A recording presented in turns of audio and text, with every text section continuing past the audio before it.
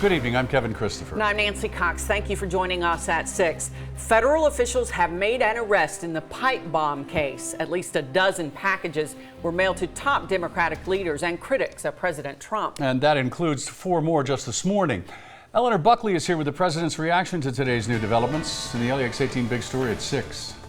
Today, President Trump hailed the speedy arrest of Cesar Sayoc Jr. in the wave of mail bomb packages. The president commented during a scheduled appearance before the Young Black Leadership Summit shortly after the arrest of Cesar Sayoc Jr. in Florida. He praised the cooperation and work of federal, state, and local law enforcement agencies, and Mr. Trump said political violence must not be allowed to take root in America. He also called for Americans to unify in what he calls peace and love and harmony. We must never allow political violence to take root in America. Cannot let it happen. And I'm committed to doing everything in my power as president to stop it. And to stop it now. Stop it now.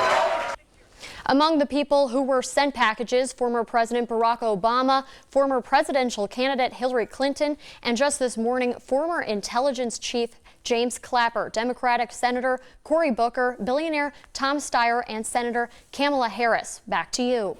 Thank you, Eleanor. And as the president told the country that political attacks will not be tolerated, his daughter Ivanka Trump spoke about workforce training programs in eastern Kentucky. Her first stop was at the East Kentucky Advanced Manufacturing Institute in Johnson County. There, she told students jobs are guaranteed once they finish their training program. She also took part in a roundtable discussion in Floyd County about different ways to bring jobs to the area in order to build what was jokingly called Silicon Holler. Ivanka reassured everyone that they have the president's support. And one of the things that this administration is committed to doing is also thinking about the modern realities of families where most often both parents or all parents are working. What was not very clear was how long it would take to create these high-paying jobs. Ivanka Trump's third and final stop on her trip to eastern Kentucky was Morehead State University's Space Science Center. LEX 18's Catherine Collins tells us the president's daughter wants to encourage the innovation happening in the bluegrass. Hi, everyone.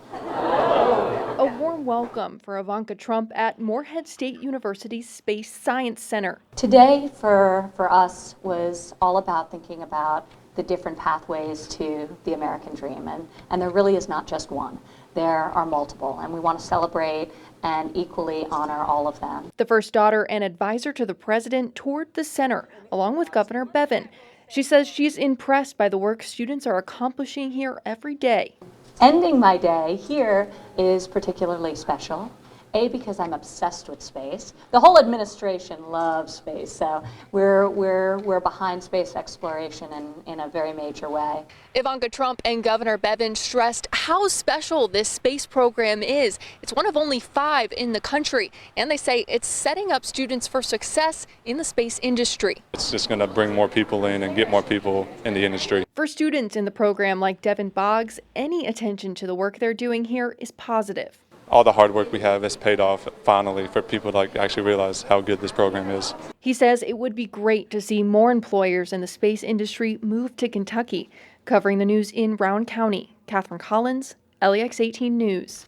The independent candidate who's running for Congress in the 6th District against Andy Barr and Amy McGrath spent last night in jail after being arrested during a forum in Nicholas County. LEX 18's Michael Burke spoke with James Germalik following his release this afternoon. The road to Kentucky's 6th District congressional seat seems as long as the one candidate James Germalik was walking following his release from jail today. I put my big sign on the wall here, and there's always somebody in that audience that's an instigator. Maybe their wife had an abortion, I don't know. He takes the sign out. I said, wait a minute, I want the sign in here. His sign was a graphic image depicting abortion, and his actions during last night's candidate forum in Carlisle landed him in the Bourbon County Detention Center on a disorderly conduct charge 11 days from Election Day, and months after establishing his platform. One, pro-life, and one, against same-sex marriage and world peace. Ambitious, but tough to sell when, as he said, the deck is intentionally stacked against him. They won't let you on the debates. They do impossible things to keep you off the debates.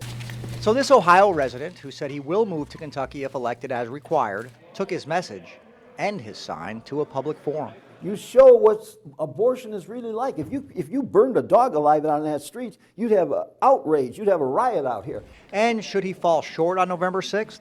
Well, I was intending to run for president again. An even longer road than the one he was walking today.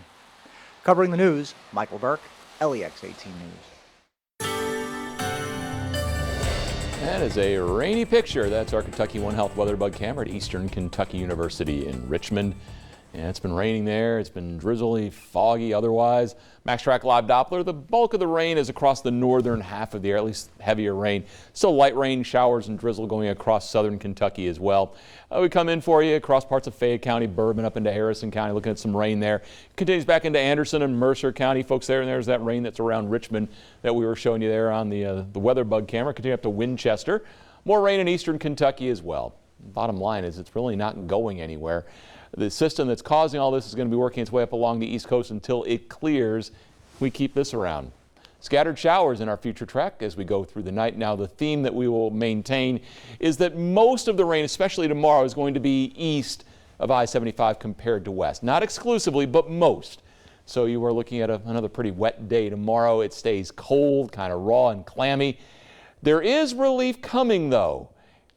Temperatures right now are in the 50s. We will talk about that relief and when it is in a couple minutes. All right, Bill, see you then. As the Jeffersontown community in Louisville continues to grapple with the fact that a man came into their local Kroger and shot and killed 2 people, we're learning that Gregory Bush's plan might not have been to go to that store. Yeah, now federal officials say they're investigating the shooting as a possible hate crime.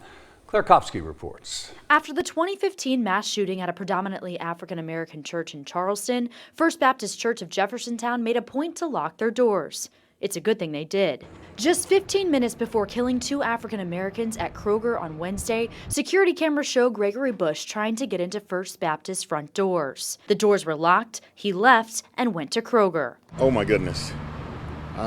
It just kind of shocked me. It just kind of blew me away that something that happened at Kroger's also could have happened here at First Baptist. First Baptist is a predominantly black church, which further supports the possibility of the fatal shootings being a racially motivated crime. On Tuesday, a man whose father had an encounter with Bush in the parking lot heard Bush say, "Don't shoot me, I won't shoot you." He's like, "Whites don't kill whites."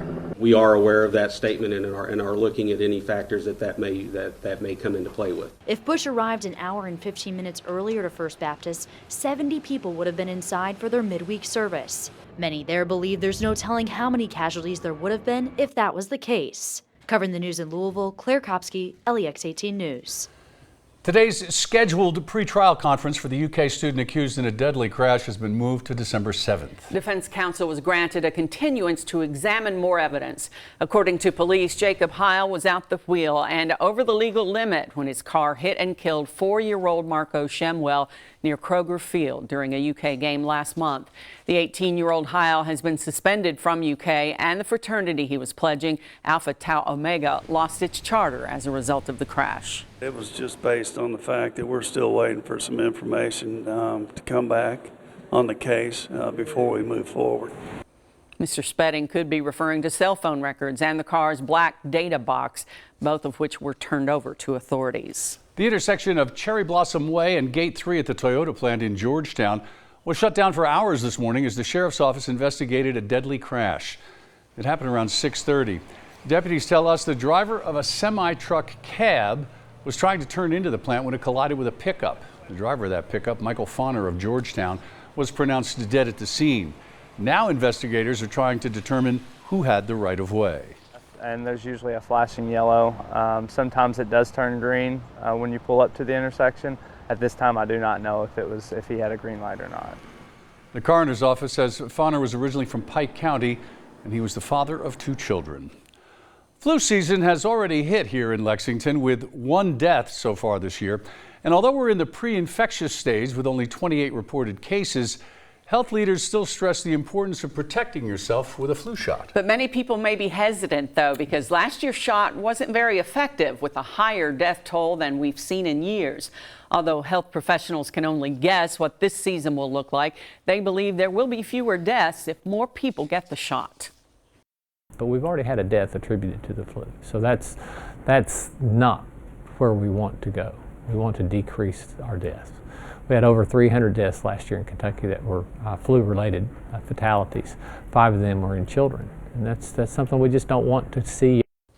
Last year, it was reported that about 2 million people in Kentucky got the flu shot. That's about half our population.